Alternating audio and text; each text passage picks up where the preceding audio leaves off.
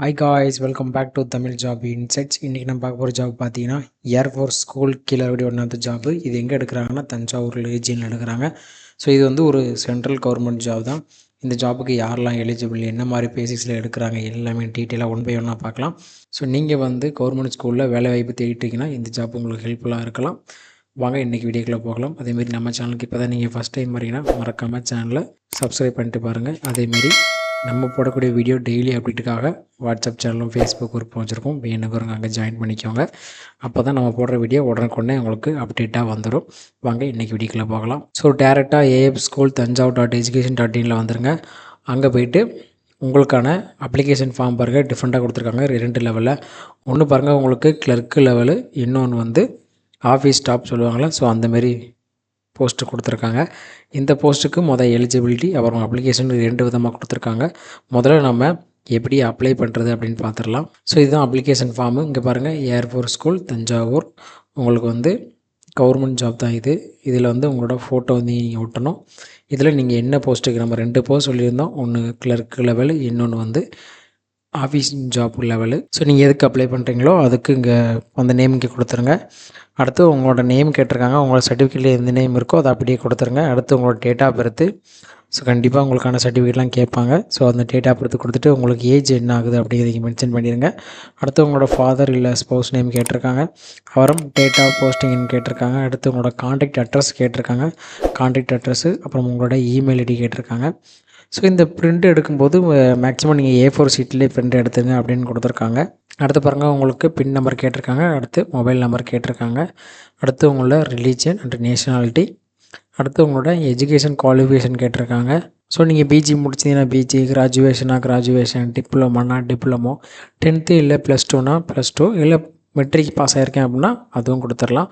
அடுத்து உங்களுக்கு professional qualification, அதாவது இப்போ நம்ம கிளர்க்கு லெவலுங்கப்போ ஸோ நீங்கள் கிளர்க்கு லெவலில் என்ன எஜுகேஷன் முடிச்சிருக்கீங்க, என்ன குவாலிஃபிகேஷன் வச்சுருக்கீங்க, என்ன யூனிவர்சிட்டியில் படிச்சிங்க, எவ்வளோ சப்ஜெக்டில் எவ்வளோ மார்க்கு, என்ன இயரில் கம்ப்ளீட் பண்ணிங்க, டோட்டலாக உங்களோட பர்சன்டேஜ் மார்க் என்ன அப்படின்னு கேட்டிருக்காங்க. அடுத்து உங்களோட கம்ப்யூட்டர் குவாலிஃபிகேஷன் கேட்டிருக்காங்க.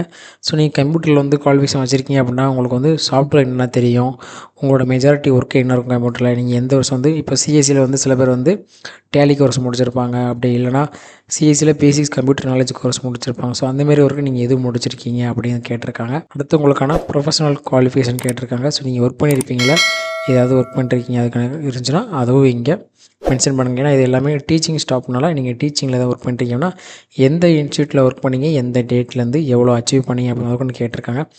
இதை தவிர்த்து உங்களுக்கு ஸ்பெஷல் இன்ட்ரெஸ்ட்டு இல்லை ஹாபீஸு இல்லை அச்சீவ்மெண்ட் இருக்குது அப்படின்னா இல்லை கோகரிக்குலர் ஆக்டிவிட்டிஸ் தான் அதையும் மென்ஷன் பண்ணுங்கள். அடுத்து உங்களுக்கு என்ன மொழி தெரியும், என்னென்ன மொழிகள் தெரியும், உங்களுக்கு தமிழ், இங்கிலீஷு, ஹிந்தி, கன்னடம், தெலுங்கு அந்த மாதிரி எத்தனை மொழிகள் தெரியுமோ அதையெல்லாம் இங்கே நீங்கள் மென்ஷன் பண்ண வேண்டியிருக்கும் அப்படின்னு கேட்டிருக்காங்க. அதேமாரி உங்களுக்கு எதுவும் மெடிக்கல் ப்ராப்ளம் இருந்தால் அதை மறக்காமல் இங்கே மென்ஷன் பண்ணிடுங்க அப்படின்னு கொடுத்துருக்காங்க. கீழே போய்ட்டு உங்களோட சிக்னேச்சர் போட்டு இந்த இதை அவங்களுக்கு மெயிலையும் அனுப்பலாம் இல்லை கொரியர்லேயும் அனுப்பலாம் அப்படின்னு கேட்டிருக்காங்க. ஃபஸ்ட்டு இதுக்கான அட்வர்டைஸ்மெண்ட் பார்த்துடலாம். ஃபஸ்ட்டு நம்ம பார்க்க போகிறது வந்து நான் டீச்சிங் ஸ்டாஃபு அப்புறம் டீச்சிங் ஸ்டாஃபு ரெண்டையும் பார்க்கலாம். முதல்ல பாருங்கள், உங்களுக்கு பிஆர்டி கான்ட்ராக்ட்ஸில் 4 வேகன்சியும் கிளர்க்கு லெவலில் உங்களுக்கு 1 வேகன்சியும் எடுக்கிறாங்க. ஸோ நீங்கள் எந்த அட்ரஸ்க்கு அனுப்பணும் கொடுத்துருக்காங்க. உங்களுக்கு executive director air force school Thanjavur, இந்த அட்ரஸ் தான் நீங்கள் அனுப்புகிற மாதிரி இருக்கும். அடுத்து உங்களுக்கான லாஸ்ட் டேட் ஆஃப் சப்மிஷன் கொடுத்துருக்காங்க 22 டிசம்பர் 2024 உங்களுக்கு லாஸ்ட் டேட் ஆஃப் சப்மிஷன் இருக்கும். அடுத்து பாருங்கள், உங்களுக்கு கிளர்க்கு லெவலுக்கான போஸ்ட்டுக்கு என்னென்ன எலிஜிபிலிட்டி கேட்டிருக்காங்க. அதாவது எஜுகேஷன் என்ன பண்ணணும், ஃபஸ்ட்டு உங்களுக்கு கிராஜுவேட் நீங்கள் முடிச்சிருக்கணும். உங்களோட டைப்பிங் ஸ்பீடு வந்து அட்லீஸ்ட் 40 வார்த்தைகள் 1 நிமிஷத்துக்குள்ளே நீங்கள் அடிக்கணும், இங்கிலீஷில் சொல்லியிருக்காங்க.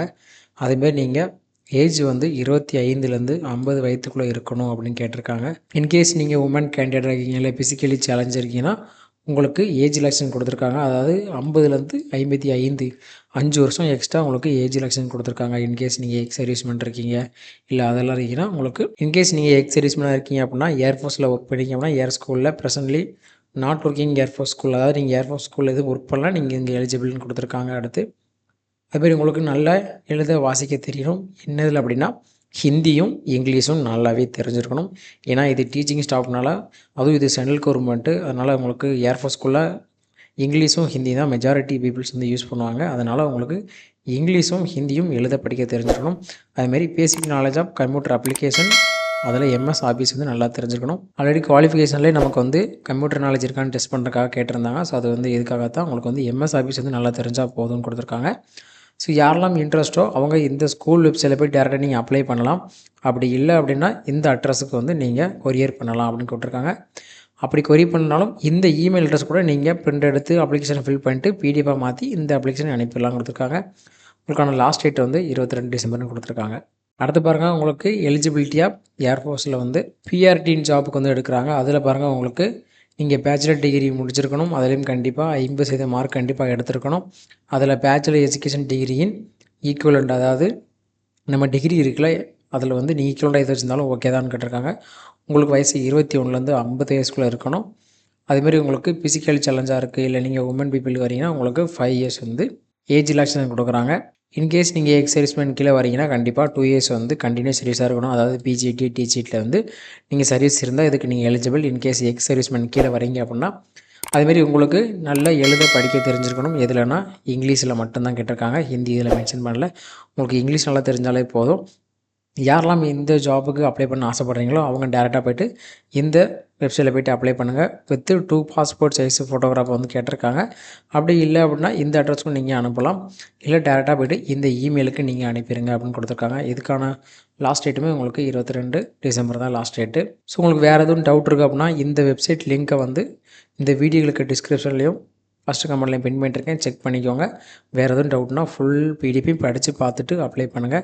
கமெண்ட்ஸில் வந்து நிறைய பேர் வந்து கேட்கும்போது தெரியுது, நான் இப்போ தான் அப்ளை பண்ணேன், ஃபார்ம் ரிஜெக்டட்னு கேட்குறாங்க. ஃபஸ்ட் நீங்கள் அப்ளிகேஷனை ஃபுல்லாக படித்து பாருங்கள். அவங்க அப்ளிகேஷன் ஓப்பன் பண்ண டேட்லேருந்து அதுக்குள்ளே அனுப்பிடுங்களான்னு செக் பண்ணுங்கள். இல்லை ஏன் ரிஜெக்ட் பண்ணாங்க அப்படிங்கிற காரணத்தை நீங்கள் கேட்கலாம்.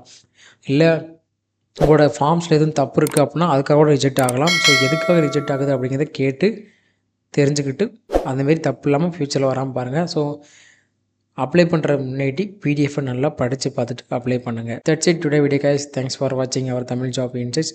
மறக்காமல் சேனலை சப்ஸ்கிரைப் பண்ணிட்டு பாருங்கள். வேலை தேடுற ஃப்ரெண்ட்ஸுக்கு இந்த வீடியோ ஃபார்வர்ட் பண்ணுங்கள். All the best guys. Tata, bye bye.